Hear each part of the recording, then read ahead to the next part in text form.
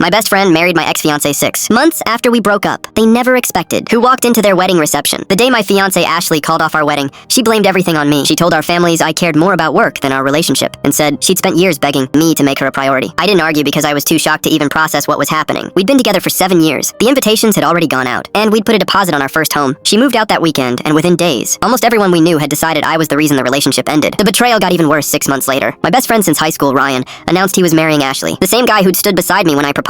The same guy who'd called me a brother for nearly 20 years. When the wedding photos started showing up online, I honestly thought I'd never recover. Mutual friends quietly admitted Ryan and Ashley had gotten close long before our engagement ended, but nobody had concrete proof. I stopped asking questions because every answer seemed to hurt more than the last. I packed up my life, transferred to another office, and focused on rebuilding everything from scratch. About a year later, I got an unexpected phone call from Ryan's older sister, Megan. She asked if we could meet because she had something she'd wanted to tell me for months. When we sat down, she looked uncomfortable. Then she slid a small flash drive across the table. I think you deserve to know what really happened. The flash drive contained backups from Ryan's old laptop. Megan had borrowed it to recover family photos after it crashed. Instead, she accidentally found years of messages between Ryan and Ashley. The earliest conversation wasn't from after my engagement ended. It was from almost 2 years before I proposed. At first, they flirted. Then the messages became impossible to misunderstand. They were meeting in hotels while I was traveling for work, laughing about how easily I trusted them, even discussing the engagement ring before I'd bought it. One message hit me harder than everything else. Ashley had written, "Once we're married, he'll never suspect anything." Ryan replied, "Don't worry, I'll keep playing the loyal best friend." I stared at that screen for almost an hour, not because I couldn't believe it, but because I finally understood why every argument during those last 2 years felt so confusing. They'd already decided how my story would end. Megan wasn't trying to destroy her brother's marriage. She explained she'd confronted Ryan after discovering the messages. He admitted everything. He also admitted Ashley was already cheating on him with a coworker, the same way she cheated on me. Megan quietly said, "I realized the only honest person in this entire mess was you. I never contacted Ashley. I never called Ryan. I simply gave the messages to my attorney because one problem still remained. Ryan and I had owned several investment properties together. Until then, I trusted him to manage the finances. A forensic accountant reviewed every account. Within weeks, we discovered Ryan had quietly transferred rental income into a separate business he'd opened without telling me. It wasn't millions of dollars, but it was enough to file a civil lawsuit. During depositions, Ryan spent hours denying he'd done anything dishonest. Then my attorney introduced the financial records. Right after that, he introduced the messages. Ryan's attorney looked like he wanted to disappear. The affair wasn't the legal issue, but it completely destroyed Ryan's credibility. A month before trial, Ryan agreed to repay every dollar he'd taken, along with my legal fees. A few weeks later, I heard through mutual friends that Ashley had moved out. Apparently, she'd started seeing the same coworker Megan warned me about. Ryan lost his marriage the same way he helped destroy mine. Last fall, I ran into Megan at a charity fundraiser. She smiled and asked if I was finally happy. I looked around for a second before answering. I thought losing 2 people I trusted would ruin my life. It turns out they were just making room for better ones. She laughed and said, "My dad always used to say, if someone is willing to betray another person for you, they'll eventually betray you too." Looking back, I don't think Ryan stole my future. He accidentally saved me from spending the rest of my life with someone who never deserved my trust in the first place. Would you have opened the flash drive or deleted it without looking? Yes or no?